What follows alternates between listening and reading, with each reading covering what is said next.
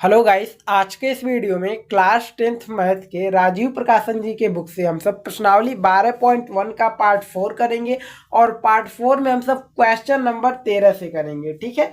कुछ दिनों से आपका वीडियो नहीं आ पा रहा था, ज़्यादा तबीयत खराब होने के कारण हमारा आपको जो वीडियो नहीं मिल पा रहा था। ठीक है, बट अब धीरे धीरे ठीक हो रहा है, ठीक हो भी चुके हैं।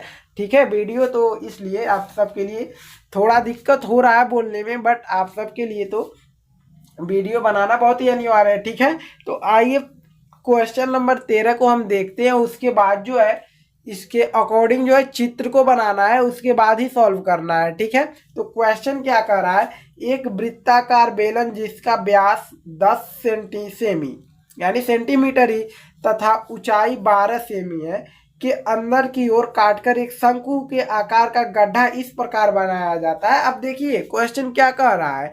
पहले तो कह दिया एक वृत्ताकार बेलन जिसका व्यास 10 सेंटीमीटर तथा ऊंचाई 12 सेंटीमीटर, इतना तो हम बना लें। ठीक है, तो हम एक वृत्ताकार व्यास में वृत्ताकार बेलन किस आकार का होता है? ये आपका क्या हो गया, बेलन हो गया। ठीक है, ये बेलन हो गया ना। वृत्ताकार बेलन मतलब ये आपका नीचे भी वृत्त रहता है, वृत्त का आकार का रहता है। ठीक, इधर भी वृत्ताकार। ठीक है, ये हो गया हमारा वृत्ताकार बेलन। ठीक है, किसी को कोई दिक्कत नहीं ना। इसके बाद क्या कर रहा है, एक वृत्ताकार बेलन जिसका व्यास 10 सेंटीमीटर, व्यास यहाँ से लेकर यहाँ तक पूरा व्यास जो है क्या है, 10 सेंटीमीटर है। लिख दें क्या, यहाँ से समझिएगा, व्यास जो है 10 सेंटीमीटर समझिएगा। अगर त्रिज्या निकालेंगे तो टोटल इसकी आधी त्रिज्या होती है, समझिए। बट दिया क्वेश्चन में उसको लिख रहे हैं, तो व्यास 10 सेंटीमीटर तथा इसकी ऊंचाई क्या दिया है, इसकी पूरी ऊंचाई, यह पूरी इसकी जो ऊंचाई है, पूरा ऊंचाई क्या दिया है। इधर भी व्यास रहता, आप समझते हैं, बट एक ही तरफ समझिए, क्या ज़्यादा समझेंगे, सही है ना। पूरी ऊंचाई जो है जिसको हम एच से डिनोट करते हैं। ठीक है, ऊंचाई कितना दिया, 12 सेंटीमीटर, ऊंचाई इक्वल टू 12 सेंटीमीटर। यहाँ तक कोई दिक्कत नहीं। उसके बाद क्या कर रहा है, ऊंचाई 12 सेंटीमीटर है को अंदर की ओर, देखिए फिर क्वेश्चन को पढ़िए, तथा ऊंचाई 12 सेंटीमीटर को, ठीक है, एक वृत्ताकार बेलन जिसका व्यास 10 सेंटीमीटर तथा ऊंचाई 12 सेंटीमीटर है को अंदर की, सही है, को अंदर की ओर काटकर एक शंकु का आकार का गड्ढा इस प्रकार बनाया जाता है। इसमें जो है शंकु का आकार का काटकर एक गड्ढा बनाया जाता है, तो पूरा फुल रहेगा। तो हम शंकु के आकार का काटकर इसमें एक गड्ढा बना देते हैं। तो हमने एक शंकु के आकार का, ठीक है, समझिएगा, यही होता है ना शंकु। अरे भाई साहब, इस शंकु का आकार का हमने गड्ढा काट लिया, समझ लीजिए। ठीक है, शंकु का आकार का हमने गड्ढा काट लिया और इस शंकु की ऊंचाई ये भी पता चल जाएगा। आकार का गड्ढा बनाया जाता है कि शंकु के आधार की त्रिज्या, इस शंकु की आधार, इसकी भी शंकु की भी आधार यही हो जाएगी। शंकु की आधार की त्रिज्या बेलन की आधार की त्रिज्या के तथा शंकु की ऊंचाई बेलन की ऊंचाई के बराबर है। सब कुछ तो दे दिया है, यानी जो उसकी ऊंचाई है बेलन की, वही ऊंचाई शंकु की होगी, और जो इसकी त्रिज्या है शंकु की, सॉरी बेलन की, और जो बेलन की त्रिज्या होगी वही कह रहा है कि शंकु की भी त्रिज्या वही होगी। ठीक है, उसके बराबर ही होगी। तो जो बचा हुआ ठोस है, ठोस के शेष भाग का आयतन ज्ञात कीजिए। तो आयतन ही न ज्ञात करना है, बेलन के आयतन में से हम अगर इसका जो आपका गड्ढे काटे हैं, हमने किसका काटे हैं आयतन, तो हमने गड्ढे जब गड्ढे खाते हैं तो मतलब आयतन बाहर निकाल देते हैं, तो मतलब माइनस करेंगे, यानी जो है अगर क्षेत्रफल निकालना होता तो जोड़ना पड़ता, बट हमको आयतन ही निकालना है। ठोस शेष भाग का आयतन ज्ञात कीजिए। तो बेलन के आयतन में से हम शंकु का आयतन माइनस कर देंगे, हमारा जो मिलेगा आंसर मिल जाएगा। ठीक है, समझ गए। अब हम लिखते हैं, यहाँ से हल करते हैं। क्या लिखेंगे, बेलन का व्यास हमारा दिया पहले ही। ठीक है, बेलन का व्यास इक्वल टू क्या दिया, 10 सेंटीमीटर। 10 सेंटीमीटर, अगर बेलन का व्यास 10 सेंटीमीटर है तो बेलन का त्रिज्या क्या होगा, तब ये सब पता होना चाहिए। बेलन का त्रिज्या, अगर बेलन का व्यास 10 सेंटीमीटर है, यहाँ पर लिखिएगा चूंकि बेलन का व्यास 10 सेंटीमीटर का, चूंकि व्यास 10 सेंटीमीटर, इसलिए बेलन की त्रिज्या जिसको हम आर से डिनोट करते हैं, ठीक है, 5 सेंटीमीटर हो जाएगा, यानी 10 का आधा हो जाता है, ठीक है, 10 यानी हाँ 5 सेंटीमीटर डायरेक्ट लिख लेते हैं, कोई भी दिक्कत नहीं। उसके बाद देखिए क्या कह रहा है, इसकी ऊंचाई जो है, बेलन की ऊंचाई 12 सेंटीमीटर है। क्या है? बेलन की ऊंचाई जो हमारा 12 सेंटीमीटर है।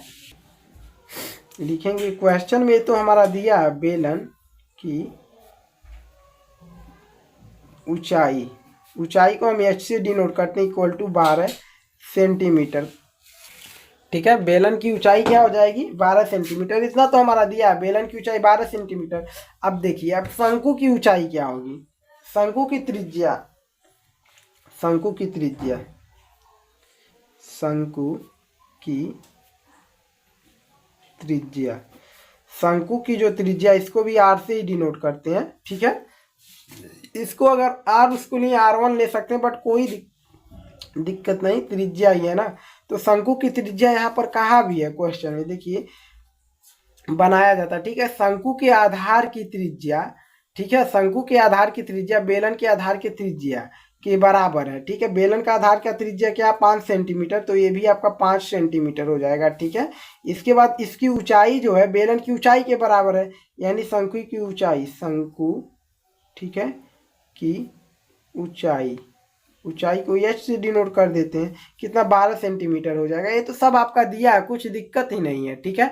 अब इसके बाद फॉर्मूला ही लगाना है, फॉर्मूले को हम यही लगा दें, दिक्कत तो होगा बट सोल्यूशन हो सकता, हो जाएगा इतने में, ठीक है। यहीं पर कर देते हैं, ठीक है। यहाँ पर लिखिएगा क्या निकालना है? ठोस शेष भाग का आयतन, ठीक है। आप समझ जाएंगे ना, यहाँ पर कर दे रहे हैं, ठीक है। नहीं तो नहीं समझेंगे तो यहाँ पर कर देते हैं, ठोस, ठीक है, शेष भाग का आयतन, आयतन, ठोस शेष भाग का आयतन निकालने के लिए हम क्या करेंगे?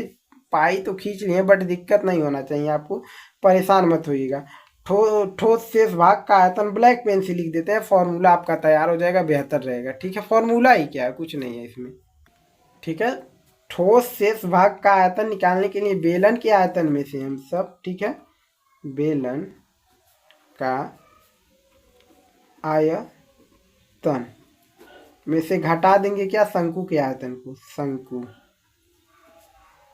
का आयतन। अब यहाँ से देखिए, अब यहाँ से फॉर्मूले, अब मान को हम रख देते हैं। बेलन का आयतन का फॉर्मूला क्या होता है? पाई आर स्क्वायर एच, सब याद कर लीजिए formula, pi r square h, minus में क्या रहेगा? शंकु का आयतन। शंकु के आयतन का फॉर्मूला क्या होता है? 1/3, ठीक है, पाई आर स्क्वायर एच होता है, ठीक है। अब यहाँ से सॉल्व कर दें, ठीक, दिक्कत नहीं होना चाहिए आप सबको। थोड़ा तबीयत जो है डाउन है, इसलिए थोड़ा स्लो बोल रहे हैं, सुनाई पड़ रहा है आप सबको ना। अब देखिए, इसमें से पाई आर स्क्वायर एच, इसमें भी पाई आर स्क्वायर एच है, और यहाँ से हमें पता है पाई का मान 3.14 रखना है, ठीक है। तो यहाँ से हम पाई आर स्क्वायर एच और पाई आर स्क्वायर एच कॉमन ले लेते हैं, ठीक है। पाई आर स्क्वायर एच हमने कॉमन ले लिया, कोई दिक्कत नहीं है, ठीक है। अब कोष्टक में क्या बचेगा? देखिए, इसको जब हम पूरा पूरा कॉमन लिए, या बराबर का चिन्ह लगाइएगा, ठीक है। पूरा पूरा जब हम कॉमन लिए तो यहाँ पूरा जो कॉमन आ गया तो एक बचा, समझ लीजिए। जब भी पूरा कॉमन लेंगे वहाँ पर एक बचा, बीच में माइनस है तो माइनस, यहाँ से पाई आर स्क्वायर एच कॉमन आ गया, 1/3 बचा तो 1/3 बच गया, ठीक, कोई दिक्कत नहीं। अब पाई का मान हम रख दें, पाई का मान क्या रखना है जी? 22/7 नहीं, 3.14, 3.14 गुणे में आर का मान क्या रखना है? आर का मान तो 5 ही रखना है ना, दूसरा कुछ तो रखना नहीं है, ठीक है। 5 रख देंगे, यानी 5 का स्क्वायर करना है, तो 5 का स्क्वायर लिख देते हैं, ठीक है। और एच का मान क्या रखना है? एच का मान 12 सेंटीमीटर है ना, 12 है ना, दोनों का 12 ही, तो 12 ही तो रखना है ना, कोई भी दिक्कत नहीं है। 12 सेंटीमीटर गुणे 12। अब देखिए, इस 3 का 3 एक का नम 3, 3 में से 1 घटेगा, 2 बचेगा, गुणा है ना तो गुणे का चिन्ह लगाते हैं, ठीक है। यहाँ पर गुणे में है ना, तो यहाँ पर गुणे का चिन्ह लगाते हैं। 3 एक का नम 3, 3 में से 1 घटेगा, 2 बचेगा, 2/3 हो जाएगा, कोई भी दिक्कत किसी बच्चे को नहीं ना। अब देखिए क्या करते हैं, देखिए 3.14 आपका ऐसे ही रहेगा। अगर 5 का स्क्वायर करेंगे तो 25 हो जाएगा, ठीक है, गुणे 25। 3 एक का नाम 3, 3 चौक के 12, 4 बचा। और 4 का अगर इसमें गुणा करते हैं, कहाँ से 12 आया था गाइस? ऊंचाई ना, ऊंचाई 12 सेंटीमीटर था क्या आपका? बिल्कुल सही है, सही है। हाँ तो कहीं तो दिक्कत तो नहीं है, सही तो है। 3 चौक के 12 और 4 का गुणा अगर 8, 4 का गुणा अगर 2 में करेंगे तो 8 हो जाएगा, ठीक है। इक्वल टू, अब टोटल का गुणा ही करना है। जब टोटल का देखिए इस 25 का अगर 8 में गुणा करेंगे तो 100 मिल जाएगा। क्या मिल जाएगा? 100। 3.14 है, ठीक है। तो 3.14 25 चौक के 100 नहीं और मिलेगा जी। 25 चौक के 100 होता है, 25 अट्ठे 200 हो जाएगा, सही है ना। 25 अट्ठे 200 हो जाएगा, ठीक है, 200 हो जाएगा। तो 3.14 ऐसे रह जाएगा, गुणे ये इसका गुणा होगा तो 200 हो जाएगा। और 200 का गुणा इसमें करते हैं। 1 सेकेंड, एक पेज ले लें, पेज भी नहीं है रफ कार्य करने के लिए क्या। 1 सेकेंड ऐसे रहिएगा। क्या करते हैं, 3.14 का यहीं पर कर देते हैं, ताकि अगर आप सबको देखना भी रहेगा तो देख सकते हैं। 200 में हमको गुणा करना है 3 दशमलव, कट यहाँ पर मत करें, ज़्यादा दिक्कत हो जाएगा, कहीं लंबा। 3.14 का हम गुणा करते हैं 200 में, तो ठीक है करते हैं। आइए देखिए कैसे। जीरो का गुणा करेंगे तो जीरो, इसमें जीरो का जीरो हो जाएगा, और इसके में जीरो का करेंगे तो जीरो हो जाएगा, ठीक है, 3 जीरो। फिर इस जीरो का जब तीनों में गुणा करेंगे तो 3 जीरो, एक अंक छोड़ेंगे, 1 जीरो 2 जीरो 3 जीरो, फिर एक अंक इधर छोड़ेंगे, ठीक है। अब देखिए 2 का गुणा करेंगे, 2 चौक के 8, ठीक। अब फिर 2 का 1 में 2, 1 कम 2, फिर 2 का 3 में 2 3 6, ठीक है। अब जोड़ लीजिए, जीरो जीरो, अब 0 0 8 को जोड़ेंगे तो 8 मिल जाएगा। फिर 2 और 0, 0 और 2 को जोड़ेंगे 2 मिलेगा, और 6 तो 6 हो जाएगा, ठीक है। कितने अंकों के बाद दशमलव रहेगा, ठीक है।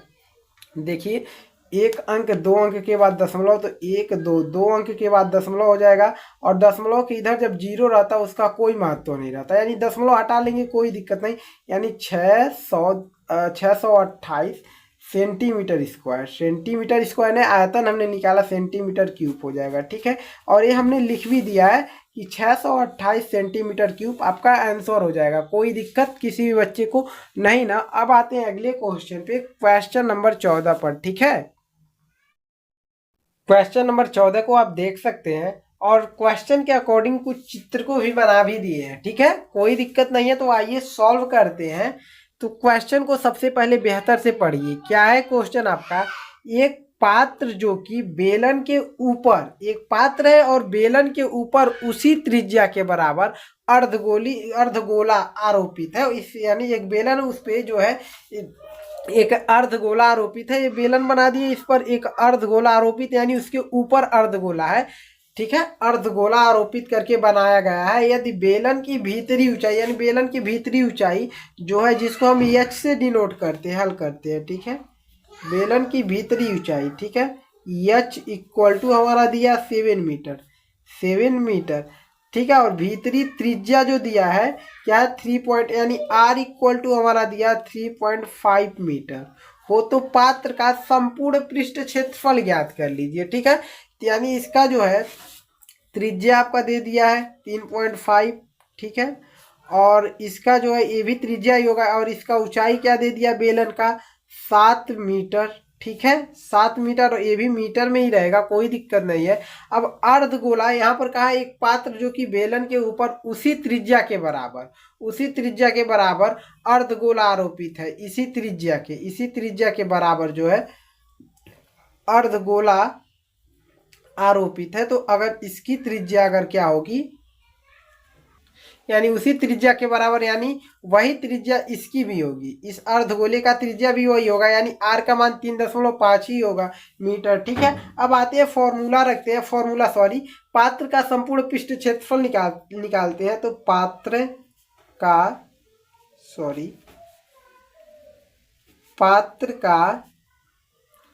संपूर्ण पृष्ठ क्षेत्रफल। अगर पात्र का हम संपूर्ण पृष्ठ क्षेत्रफल निकालेंगे तो इसमें एक बेलन है, एक अर्धगोला है, तो बेलन का वक्र पृष्ठ क्षेत्रफल प्लस में अर्धगोले का वक्र पृष्ठ क्षेत्रफल को जोड़ लेंगे। ठीक है, बेलन का वक्र पृष्ठ क्षेत्रफल प्लस में अर्ध गोले का वक्र पृष्ठ क्षेत्रफल। ठीक है, मान को रखते हैं बेलन का वक्र पृष्ठ क्षेत्रफल फॉर्मूला होता है 2πRh प्लस में अर्धगोले का वक्र पृष्ठ क्षेत्रफल का फॉर्मूला होता है 2πr²। देखिए, अगर आप फॉर्मूला याद नहीं कर रहे हैं तो हमको नहीं धोखा दे रहे हैं, अपने आप को धोखा दे रहे हैं, क्योंकि बोर्ड एग्जाम में हम नहीं आएंगे बताने कि फॉर्मूला इसका यह होता है। ठीक है, याद कर लीजिए फॉर्मूले को। ठीक है, कोई भी तरीका, कोई ट्रिक नहीं होता है, आपको याद करना ही पड़ेगा। ठीक है, और अभी से याद नहीं करेंगे तो बोर्ड एग्जाम इतना दूर है, अभी से याद नहीं करेंगे तो याद भी नहीं हो पाएगा बाबू, हम बता दे रहे हैं पहले से। ठीक है, सही है, याद कर लीजिए। जो बच्चे ग्रुप से जुड़ गए हम उसको, जो हम सोच रहे हैं कैसे भी करके बेहतर अंक प्राप्त कर ले। ठीक है, जरूरी ये नहीं है कि हम ये नहीं कह रहे हैं आप सब टॉप ही करिए, बट बेहतर से बेहतर अंक प्राप्त करिए। हम सोचते हैं कोई भी बच्चा जो हमसे ग्रुप से ज्वाइन हो चुका है वो कम से जो है 85% से कम ना लाए। अब आपके ऊपर है कितना आप तैयारी करते हैं। 95% लाते हैं तो कितना लाते हैं ये तो हम नहीं जान पाएंगे, बट हम सोचते हैं जितने बच्चे अगर ग्रुप से ज्वाइन हो रहे हैं हमारे, वो सब 85% से कम ना लाए, ताकि आप सबके लिए इतना मेहनत करते हैं बर्बाद ना हो हमारा मेहनत। ठीक है ना, तो आप सब तैयारी बिल्कुल बेहतर कर लीजिए, हमारी बात मानिए, हर एक फॉर्मूले को याद कर लीजिए। बच्चे क्वेश्चन सब लोग कर लेते हैं, हमको सब पता है, क्वेश्चन तो किन्हीं को कोई दिक्कत होगा क्वेश्चन करने में, बट ज़्यादातर बच्चे जो फॉर्मूले को याद ही नहीं करते, क्वेश्चन करते चले जाते हैं, तो भाई साहब दिक्कत हो जाएगा अगर याद नहीं करेंगे बोर्ड एग्जाम में जाकर। ठीक है, जितने फॉर्मूले बताए सभी फॉर्मूले याद रखिएगा, और एक दिन एक ही वीडियो में जो है क्या करेंगे, सभी फॉर्मूले को ला देंगे। ठीक है, एक ही वीडियो में सभी फॉर्मूले को ला देंगे, और यूट्यूब पर अवेलेबल होगा वो क्लास, और आप सबको जो क्या होगा वो मिलेगा भी। ठीक है, बट जो बच्चे ग्रुप से ज्वाइन है उन्हीं को सिर्फ PDF मिल पाएगा। ठीक है, क्या होगा उसमें सभी जितने भी फॉर्मूले होंगे, ठीक है, जितने भी फॉर्मूले होंगे एक ही वीडियो में हम ला देंगे, क्लास 10th में जितने फॉर्मूले हैं। ठीक है, लाएंगे कि नहीं लाएंगे आप सब बता दीजिए कमेंट बॉक्स में, क्योंकि हम ला देंगे तो अभी 2 महीना है, और फॉर्मूला जब एक ही आपका फॉर्मूला अगर हो जाता है अलग से रख लेंगे तैयारी करने के लिए तो कितना बेहतर होता है, समझिएगा आप सब। होता है कि नहीं होता है, मान को रखते हैं, सॉल्व करते हैं। ठीक है, इसमें से कॉमन देखिए 2 कॉमन, पाई कॉमन, और का आर कॉमन, एच बचेगा और यहाँ पर एक आर बचेगा। ठीक है, यानी 2πr कॉमन हो जाएगा, यहाँ पर बचेगा एच, प्लस में यहाँ पर बचेगा आर, यही बचेगा ना। अब मान को रखते हैं। ठीक है, अब देखिए यहाँ पर 2 गुणे पाई का मान 22/7 रखते हैं, क्योंकि कुछ कहा ही नहीं है तो हम 22/7 रखेंगे। गुणे में आर का मान हमें पता है 3.5 है तो 3.5 रखते हैं। ठीक है, कोष्टक एच का मान पता है 7 प्लस आर का मान पता है 3.5। ठीक है, यहाँ तक किसी बच्चे को दिक्कत नहीं है ना। अब देखिए 2 का गुणा अगर करते हैं 22 में, अभी 2 गुणे मत करिए, इस दशमलव को हटाइए और यहाँ पर एक के बाद एक 0 लगा लीजिए, 35 हो गया। 7 1 का नम 7, 7 5 35, 5 बार में कट गया। अब देखिए यहाँ पर देखिए 5 1 का नम 5, 5 का नम देखिए यहाँ से 5 का नम 5, 5 दूना 10। ठीक है, और ये 2 से जो है 2 भी कट जाएगा, यहाँ पर सिर्फ और सिर्फ 22 बचेगा, यानी 22 ही बचेगा, सब तो कट गया। गुणे में यहाँ पर देखिए 7 और 3.5 को जोड़ेंगे तो आपका 10.5 हो जाएगा। अगर आप इसका गुणा करेंगे 10.5 का अगर आप गुणा करते हैं तो आपको क्या मिल जाएगा, गुणा करके दिखा दे क्या आप। 10.5 का अगर 22 में गुणा करते हैं, 2 25 10 का 0 हासिल मिला 1, फिर 2 का 0 हो जाएगा, हासिल 1 लिख लेंगे, फिर 2 1 का नम 2, 210, फिर यहाँ से 2 से गुणा करेंगे 210 ही मिलेगा, यानी 0 1 2 मिलेगा। एक अंक छोड़ दिए, 0 1 3 2। कितने अंकों के बाद दशमलव था? एक अंक के बाद, एक अंक के बाद दशमलव लगा दिए। दशमलव की इधर जब जीरो रहता है उसका कोई महत्व नहीं, यानी 231 मिल रहा है, इक्वल टू 231 क्या रहेगा? मीटर स्क्वायर रहेगा, क्योंकि मीटर स्क्वायर में निकालना था, मीटर स्क्वायर। ये आपका आंसर हो जाएगा। किसी बच्चे को कोई दिक्कत नहीं ना, बहुत ही आसानी से आंसर आ गया, आप सबको समझ में भी आ रहा होगा। ठीक है, अब अगले क्वेश्चन पर आते हैं। क्वेश्चन नंबर जो है आपका 15 नंबर क्वेश्चन। ठीक है, क्वेश्चन नंबर 15 को आप देख सकते हैं। क्वेश्चन पढ़ते हैं, उसके अकॉर्डिंग जो है चित्र को बनाते हैं, उसके बाद जो है सॉल्व करते हैं। ठीक है, क्वेश्चन को पढ़ लीजिए। एक पात्र का निचला सिरा अर्धगोलाकार, ठीक है, एक पात्र है का निचला सिरा अर्धगोलाकार तथा ऊपरी सिरा बेलनाकार यानी बेलन का आकार का है। यदि अर्धगोले का व्यास 16 सेमी है, ठीक है, अर्धगोले का व्यास 16 सेमी है और पात्र की कुल ऊंचाई जो है 15 सेंटीमीटर हो, तो पात्र की क्षमता ज्ञात कीजिए। ठीक है, जब भी ऐसा क्वेश्चन दे और पाई का मान 22/7 ही रखना है, कहा है क्वेश्चन में लिखकर। ठीक है, तो जब भी ऐसा ज्ञात करने के लिए यानी पात्र की क्षमता ज्ञात करने के लिए कहा दे अगर आपको बोर्ड एग्जाम में, तो बिल्कुल नहीं घबराना है कि पात्र की क्षमता कैसे ज्ञात होगा, घबराना बिल्कुल नहीं है। इस क्वेश्चन को ध्यानपूर्वक देखेंगे, कभी भी बोर्ड एग्जाम में अगर पूछता है तो दिक्कत होगा ही नहीं। ठीक है, कह रहा है कि एक पात्र का निचला सिरा अर्धगोलाकार है और ऊपर का सिरा जो बेलनाकार है, तो हम पहले ऊपर का ही सिरा बना देते हैं। तो ऊपर का सिरा ये हमारा हो गया क्या? बेलन। बेलनाकार मतलब बेलन का आकार का, ये हमारा हो गया बेलन का आकार का। ठीक है, इसको पूरा पूरा बेलन बना सकते हैं, कोई भी दिक्कत नहीं है। ठीक है, आवाज थोड़ा हमारा फंस के जा रहा है क्या? फंस के जा रहा है ना थोड़ा, तबीयत जो है सही नहीं हो रहा है, बुखार है। ठीक है, ये बेलन का आकार है, निचला सिरा अर्धगोलाकार है ना, इसको हम ऐसे बनाए कि मत बनाए, कोई दिक्कत नहीं, हम निचला सिरा अर्धगोलाकार ही डायरेक्ट बना देते ताकि आप सबको कोई दिक्कत हो ही ना। ये हमने इसको भी ऐसे बना दीजिए, पूरा पूरा बेलन ये हो जाए आपका। ठीक है, ये बेलनाकार हो गया और निचला सिरा इसके नीचे मतलब कि अर्धगोलाकार है, ये समझ जाइएगा। इसके निचला सिरा अर्धगोलाकार है, पूरा गोला नहीं है, अर्धगोला है। पूरा गोला होता तो पूरा बनाते। ठीक है, अर्धगोलाकार है, इतना बन गया। उसके बाद क्या करा, यदि अर्धगोले का व्यास 16 सेमी, अर्धगोले का व्यास, तो व्यास अर्धगोले का मतलब, अब पूरा पूरा जब अर्धगोले का अगर व्यास 16 सेंटीमीटर है तो यहाँ पर लिखेंगे, यानी इसकी त्रिज्या क्या होगी, और त्रिज्या यहाँ से यहाँ तक ही होगी। ठीक है, त्रिज्या यहाँ से यहाँ तक ही होगी।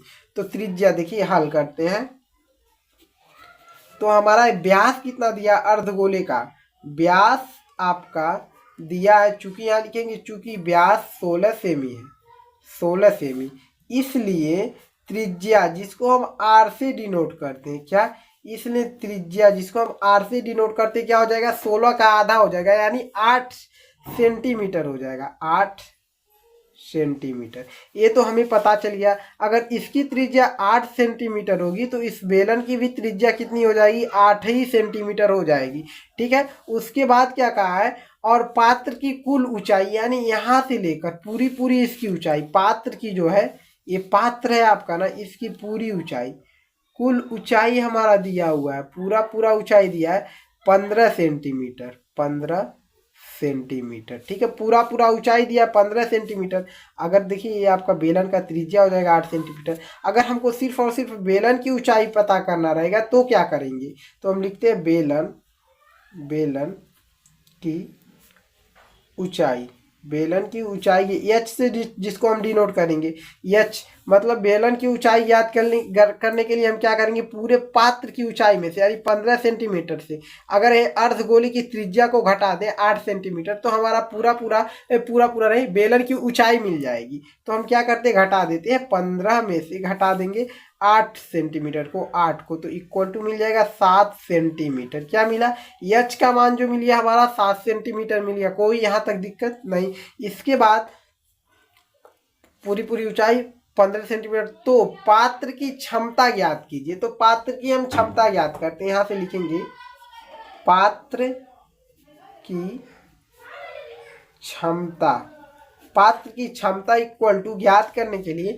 आपको क्या करना पड़ेगा, देखिए पात्र की क्षमता ज्ञात करने के लिए आपको जो है बेलन के आयतन को और अर्धगोले के आयतन को जोड़ लेंगे। अगर देखिए जब भी पात्र की क्षमता आपको क्वेश्चन में कहेगा ज्ञात करने के लिए तो आप सब जो भी जो रहेगा उसका आयतन आप जोड़ लीजिएगा। इसमें तो बेलन है और अर्धगोला है, तो हम बेलन का आयतन और अर्धगोले के आयतन को जोड़ लेंगे तो हमारी पात्र की क्षमता मिल जाएगी। तो हम यहाँ पर क्या करते हैं, बेलन, ठीक है, बेलन का आयतन, ठीक है, बेलन का आयतन प्लस में अर्धगोले का आयतन, अर्ध दिखाई नहीं दे रहा है क्या, नहीं दे रहा है ना बिल्कुल भी, अर्धगोले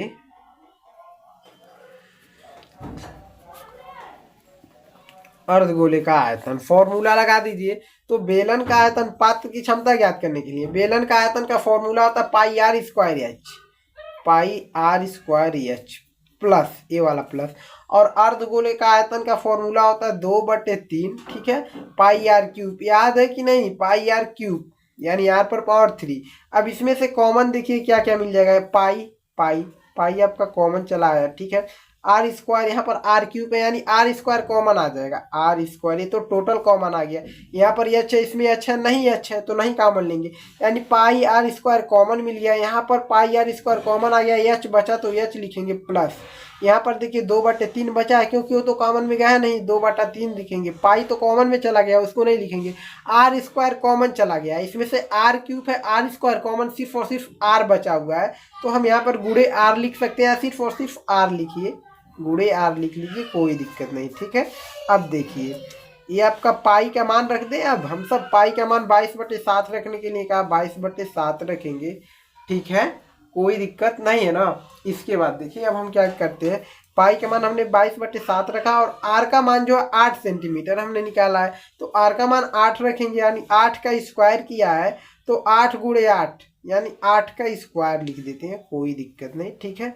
और क्या है आपका कोष्टक में एच का मान क्या है, एच का मान जी 7 सेंटीमीटर हमने निकाला है ना, ये जो है आपकी बेलन की ऊंचाई क्या है, एच का मान, ठीक है, चित्र में बिल्कुल ऐसे बना देना, चित्र बनाना भी अनिवार्य होता है, ठीक है। ये हो गया आपका एच इक्वल टू 7 सेंटीमीटर, चित्र बनाना भी अनिवार्य होता है, ठीक है। तो एच का मान 7 मिला है ना, तो 7 हम रखेंगे, प्लस में 2/3 है और गुणे में आर है, तो आर का मान हमने निकाला 8 पता ही है तो 8 रखेंगे, कोष्टक बंद। अब यहाँ से देखिए क्या मिलता है, 22, ठीक है, बटे में 7 और गुणे में अगर 8 का स्क्वायर किए तो 64 हुआ, ठीक है। और इसको देखिए कोष्टक में ही रहने दे कि सॉल्व कर ले, कोष्टक को रहने दे, अंदर ही रहने देते हैं अभी।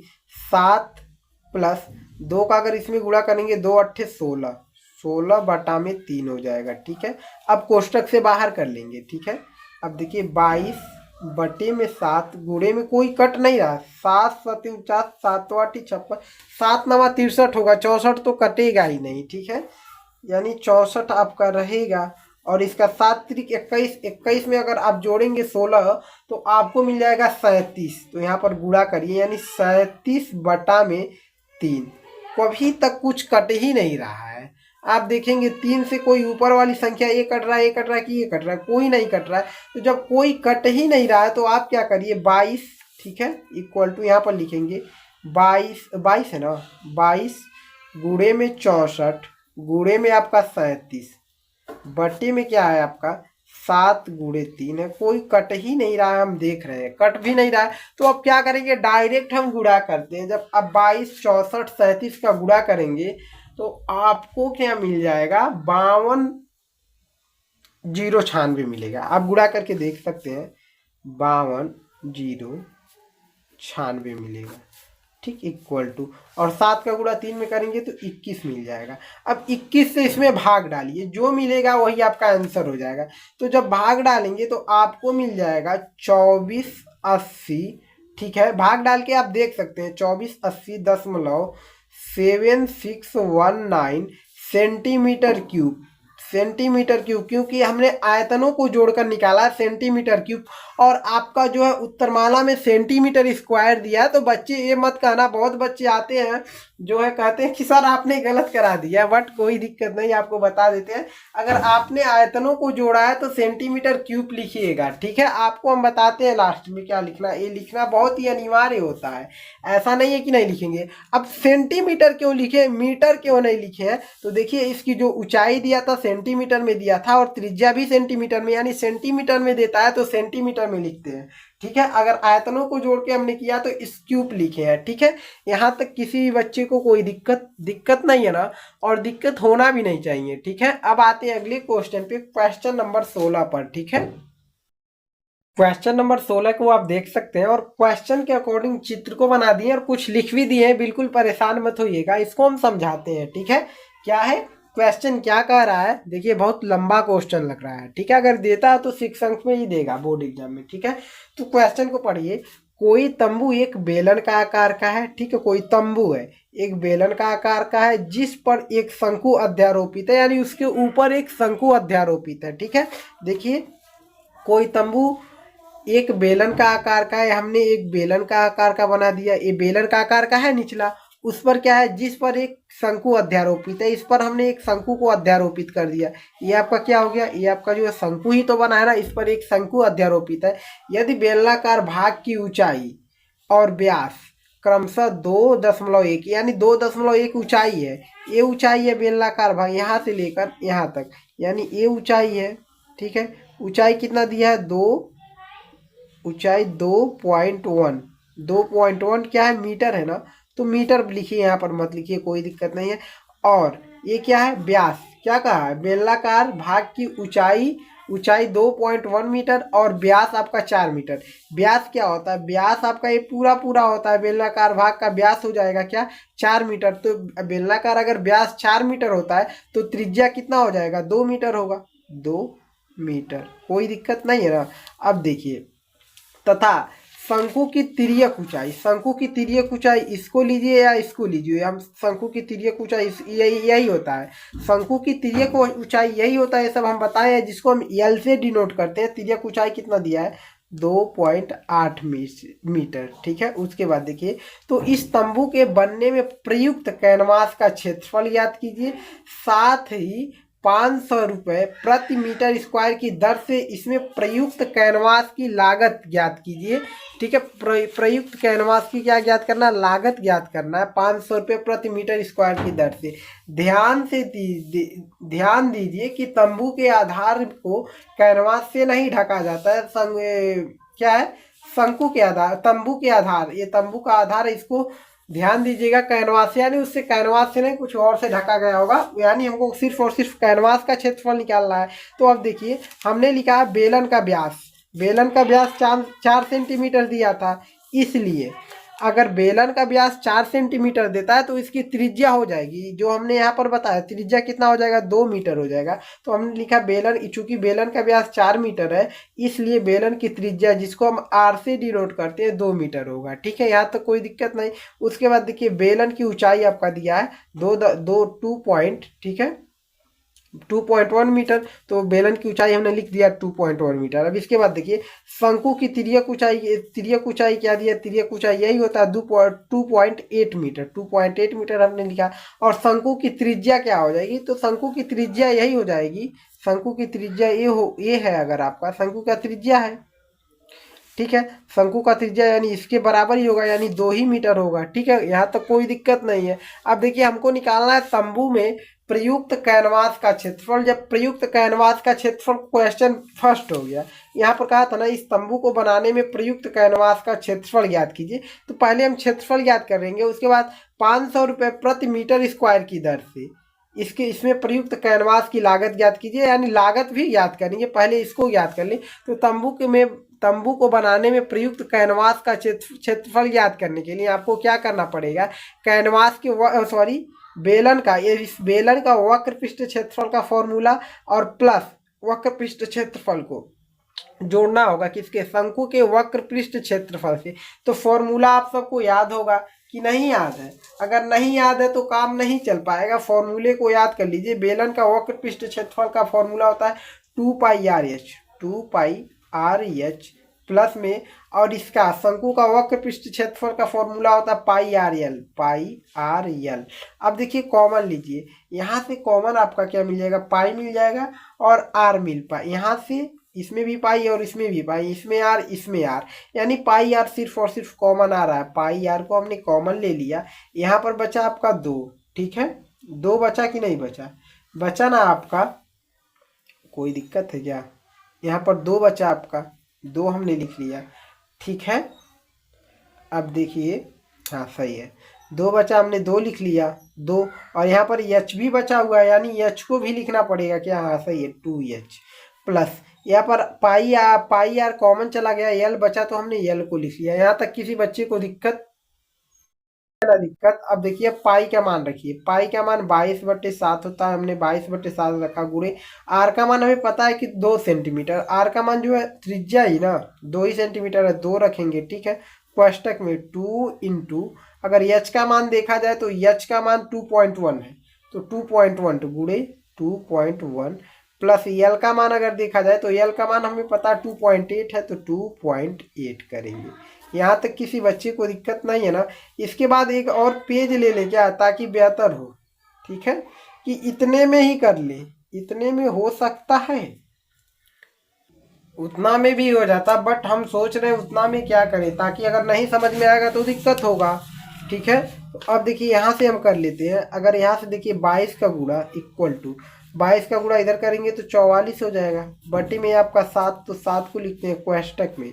2 का गुणा अगर इसमें करते हैं तो क्या हो जाएगा? 4.2 हो जाएगा। 2 का गुणा अगर इसमें करेंगे तो 2 दूना 4, और इसमें 2 का गुणा करेंगे 2 ही रहेगा, यानी 4.2 हो जाएगा। 4.2 प्लस में क्या है? 2.8, 2.8 को हमने लिखा। कोई दिक्कत किसी बच्चे को नहीं ना? अब यहाँ से देखिए क्या करते हैं, ये आपका 44/7 ही रहेगा, ठीक है? बटे 7, और कोष्टक में इसको आप जोड़ेंगे तो क्या मिल जाएगा आपको?